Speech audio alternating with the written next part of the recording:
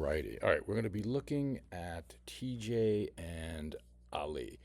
So Ali is in the black shirt, red trunks. TJ's in the blue shirt.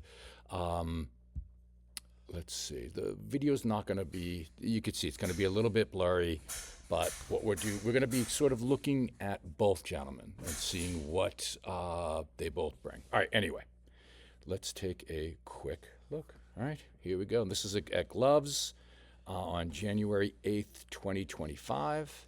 And here we go. Turn that down.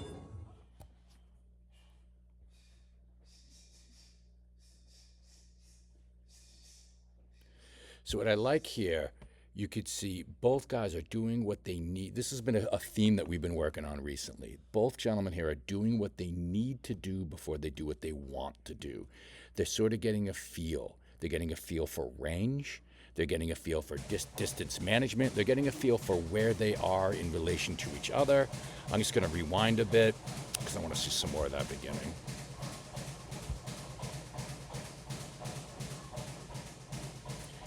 And you can see, so what if you watch TJ, watch his lead hand, you could see what he's doing is he's occupying space and controlling the space between them, controlling the distance.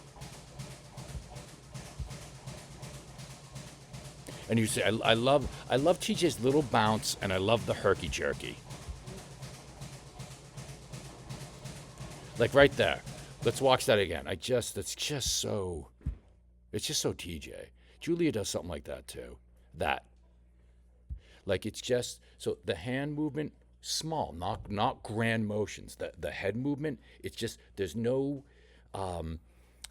remember the first time, by the way, no, I did see it. Top Gun, where they get tone, where the circle gets on the plane, they push the rocket thing, and so what TJ's doing is he's not allowing Ali to get any tone on him. He's not allowing him to get set with just a target.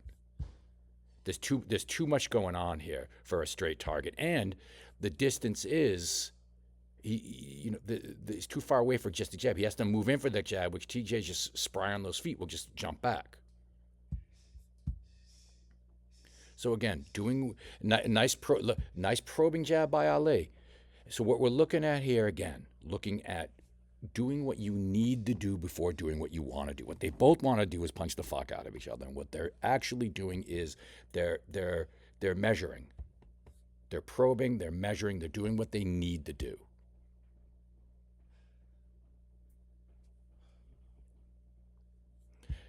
Now, I'm going to let this go a little bit because I want to see at what point does an actual strike happen.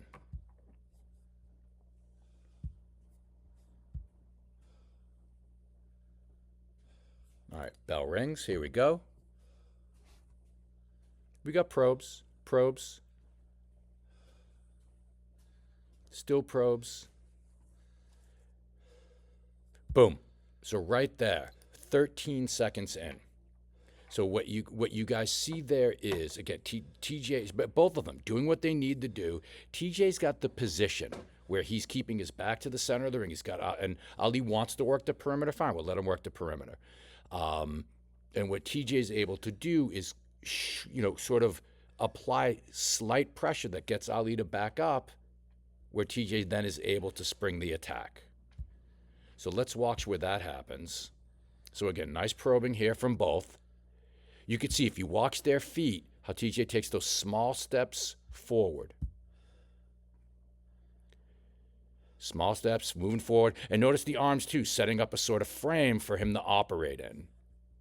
And him, I mean TJ. So he's setting up with the lead hands, the rear hands, setting up a physical frame where Ali is kind of trapped inside a phone booth.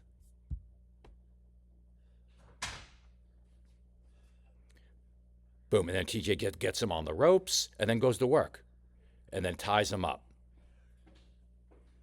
And this is perfect. This is where he'll get cautioned by the ref. Hey, don't tie him up. When this happens, you just say okay, and then when you need to, you do it again. Because there's what could have happened here is, let's back up a little bit and let's go over what could have happened had TJ not tied up. So there he is working. If TJ didn't tie up, it gives Ali time to respond and start throwing punches. And defense number one, our opponent is not allowed to strike. They're not allowed to. So TJ made sure he wasn't allowed to. Beautiful work on the ropes there. Ties him up.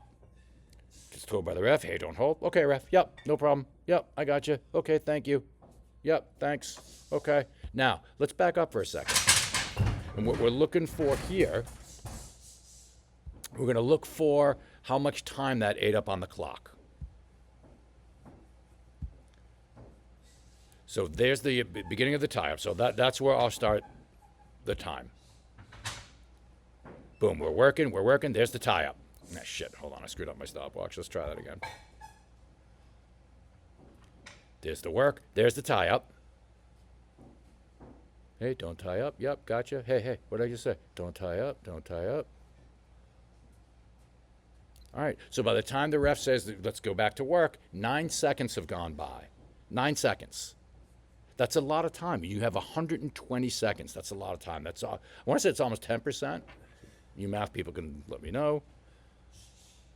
Now, what I like here, what Ali did is change this height and threw the cross. So let's check that out again. So you can see we're at a nice height here. Boom. Very well done. Let's watch that one more time. Works the jab. Ali pops the jab. Boom. Throws that nice too. TJ still gets out of the way of it, but it was a great idea changing his height.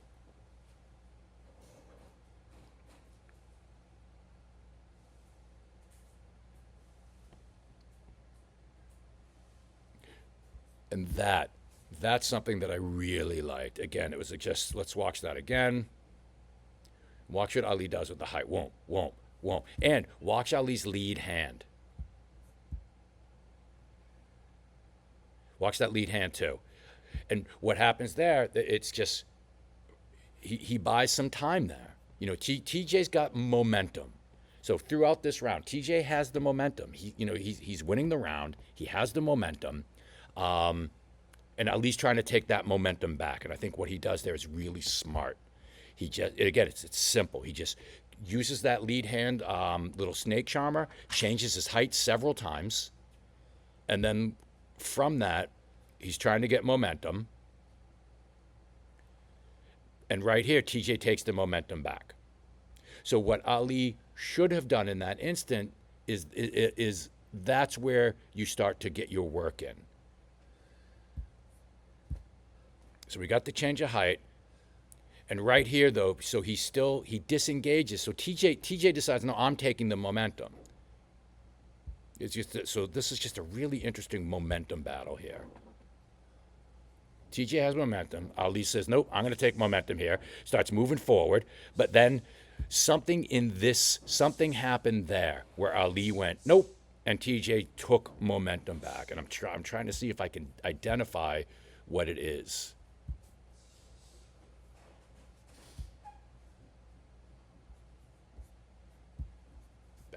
Hold on. And I can't. Let's try again. Yeah, TJ, there's just something threatening the TJ's. Boom. Love that. And right there.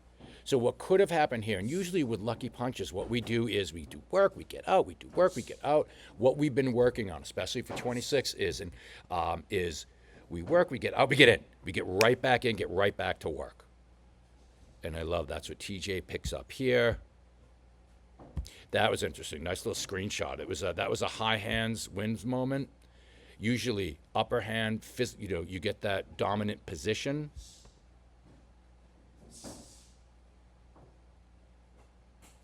That's interesting. Something interesting happens there with the hand play. And I wonder if that's something that affects the momentum. So let's watch the hands.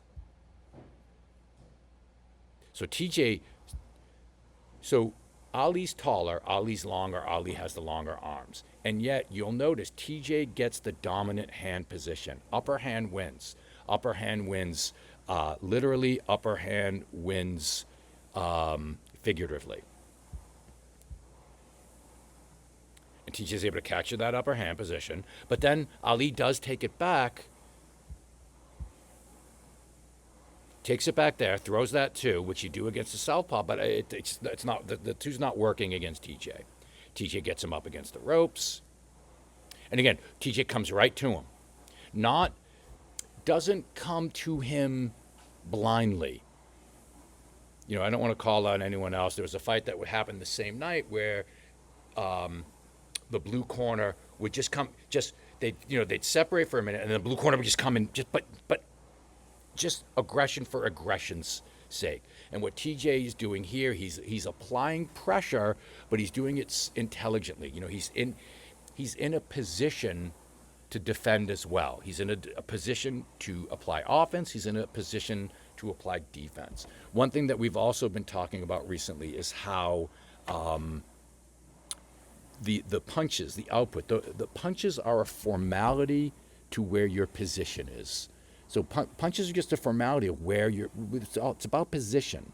If you're, you can't be way out of the 50-50 and throw an effective uppercut. It's just you can't. It's a great punch selection, but you can't do it. If you're inside the 50-50, even close, that's where you throw your uppercuts. So the punches are a formality of your position. Let's watch a little bit more. And again, right there, the explosiveness. This is something else that we've been talking about, explosiveness. Right on the break, just right away. And you could see, if you watch Ali, what makes this effective and what makes this, for lack of a better expression, what makes it not stupid, Ali's not ready to work. His position, his footwork, his stance, his base, none of it is ready to work, and TJ capitalizes on that. So they're here, Ali's holding on, TJ's tapping, and look, he's just not in position to work. And this is great stuff by TJ, just keeping him on the ropes. Interesting that TJ decided at that point to let him off the ropes. Let's see why. So that would be my question, TJ, if you're watching this. My question to you is here. Was it the shot? Was it that shot that led you to go, you know what, I'm out? And by the way, nothing wrong with it. I'm just curious as to why. Because you were there, a Julia moment is you put the frame on him, lean on him, just put him against the ropes, let the ref break you up. Or you just keep punching, unless you were starting to punch yourself out.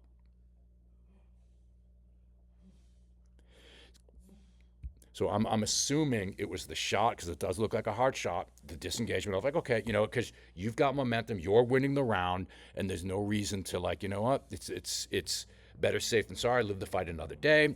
That was a good shot. I'm going to give it to him. I'm going to back up. We're going to hit the 50-50 where I've been successful, and we'll start this whole pattern over again.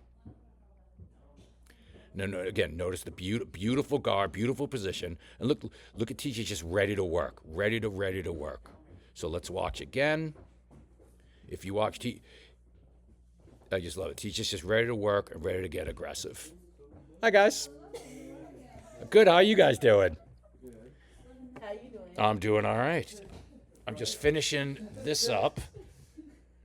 I'll be with you in about 2 more minutes. I'm just going to finish this up. All right, so we'll finish this up shortly. I've got my next classes in.